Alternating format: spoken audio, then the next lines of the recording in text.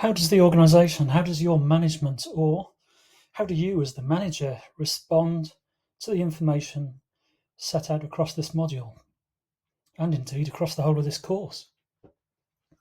This could be a separate course in its own right, but I'm mindful here that this course is focused on frontline decision making. However, a fear of blame and a risk-averse decision-making stance can't possibly change if there isn't a material change in the way the organisation supports its staff, in the way the organisation fully understands the concept of positive risk-taking, the challenges of risk decision-making, and how to be transparent in the way it guides and supports its employees. I'm going to suggest here that acceptable risk decisions and the process they are based on should be supported throughout the organisational structure if you are really enacting the messages, you're truly able to reflect the risk, or that risk can be minimised but not eliminated, then it needs to be more than just hollow words. As a phrase, minimised, not eliminated, could be seen in pretty much every risk policy. The problem is that the actual experience on the ground for so many people is that they don't feel that's the way they're treated, particularly in those rare events when things go wrong. So again, I would say, if people have followed the principles that underpin acceptable risk decision making, then even when something goes wrong, when we're talking about those rare events, the organisational structure, the management, the inquiry process should support people, not have a quick knee-jerk reaction in the direction of a blame culture. Here's a few questions that, again, for the organisational managers amongst you, I would also like you to ponder. How much emphasis is placed within your organisation on its reputational risk?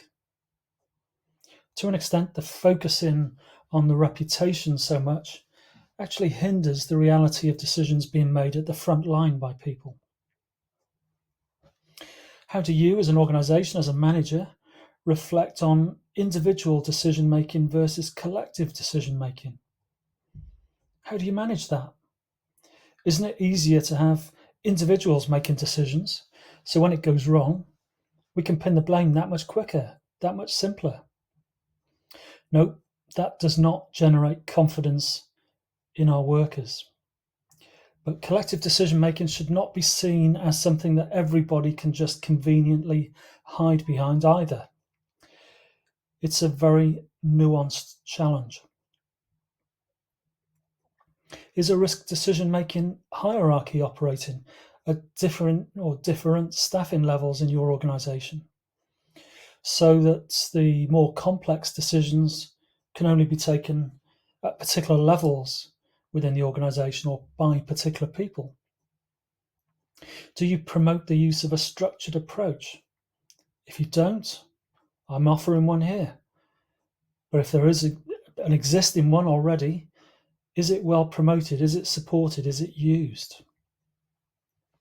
And ultimately, good decisions need to be captured and documented in various ways. How does that happen within your organisation? Are you more in favour of using the bureaucratic tools, which I don't believe capture it in a very good way? Or do you have more flexibility and allow your workers to capture good quality information with very succinct and clear decisions being made, clear decisions being documented, and clear decisions being communicated? Here's a phrase that gets bandied around so much that I think it tends to lose its power, I'm sad to say. Learning the lessons. It's a good one for politicians coming on the radio, coming on the television, when some things have gone wrong. What do? They turn up and they say, we will learn the lessons so this will never happen again. Well, you can't make those promises, not in such absolute terms anyway. I can see what they're trying to do, appease their voters, or deliver this strong or apparent strong rhetoric. But actually, learning lessons needs to be important. I don't want to be too flippant about this, but what I do want to say is that I don't believe learning the lessons happens through a climate of fear and blame. There are people out there, and it's part of their personality, their way of being and working. This is what they do. This is how their approach is, and they won't budge from that approach. But I don't think that their employees and a great number of people really do feel confident or respond, and certainly don't enjoy working where there's a fear and blame climate or culture around. I think we learn lessons far more from a starting point of acceptance. Accepting, first of all, that things will occasionally go wrong. That is reality. But also accepting that by and large, with very few exceptions, people aim to try and do things right, do the right thing, do a good job. It's just that circumstances occasionally get in the way. So it's about initially accepting the good nature of people. Clearly, a process of inquiry might well identify negligence further down the line, and that needs to be dealt with at the appropriate time. But we should not see that as being the starting point, just driving more and more of a climate of fear and blame. So my message here is that learning the lessons is not helped by this tail wags dog approach, focusing on rare events to the extent that we're projecting a message that these are typical events. They're typical of all decisions. Those involved in inquiries in some organisations might well spend, let's say, 50 or 60% of their working time looking at, setting up, reading inquiries and reports. But that could distort their thinking, because what they're spending 60% of their time doing is looking at what might only be occupying, let's say, 2% of all the work and decisions going on in the service or the organisation or in the business. And that's the danger of the tail wags dog approach.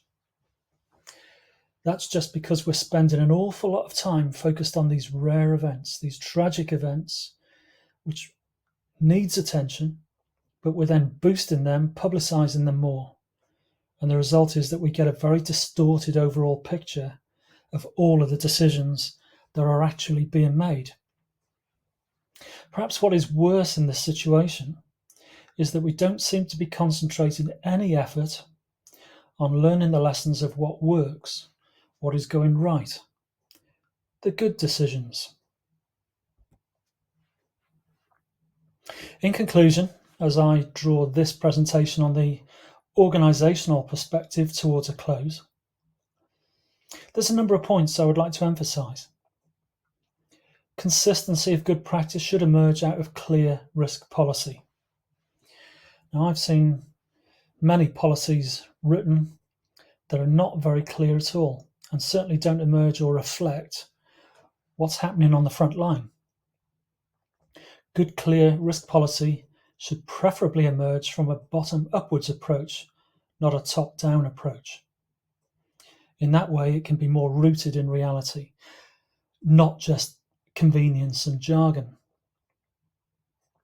Routine procedures and routine protocols need structured approaches.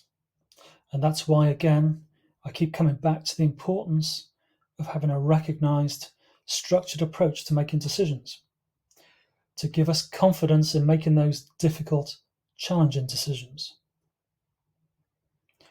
Documenting the risk, the decision, or the risk decision in particular, is not about completing excessive forms. And that's a theme throughout the positive risk-taking course. But it should be about documenting accessible, reasoned decision-making. That to me is the ultimate in what we're about when we're making decisions. And there's also a very important role for supportive supervision and collective decision-making. Again, it's about enabling practitioners, employees to feel empowered. There's another one of those broad phrases, broad words, easily bandied about. They certainly need to feel supported. and engaged in their work and respected in their work. A part of that is by not having supervision that is just checking up on them, managerially imposing restrictions on people. It needs to be about developing people. Then there is the nuanced idea about collective decision making, whether it's the very challenging decisions that will achieve, on occasions, risk averse, cautious decisions where that's pertinent, but collective processes that will ultimately provide us with a basis for more confident, positive risk taking decisions, which are particularly relevant to the whole of the content of this course.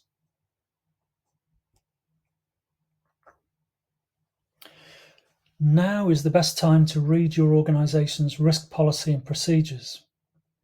I probably shouldn't be asking when was the last time you did that. You've completed the 5 modules of this course, so how about checking how your policy and your procedures currently match up to the messages that you've taken from all of this content? Then give some consideration to what changes you would suggest that need to be made.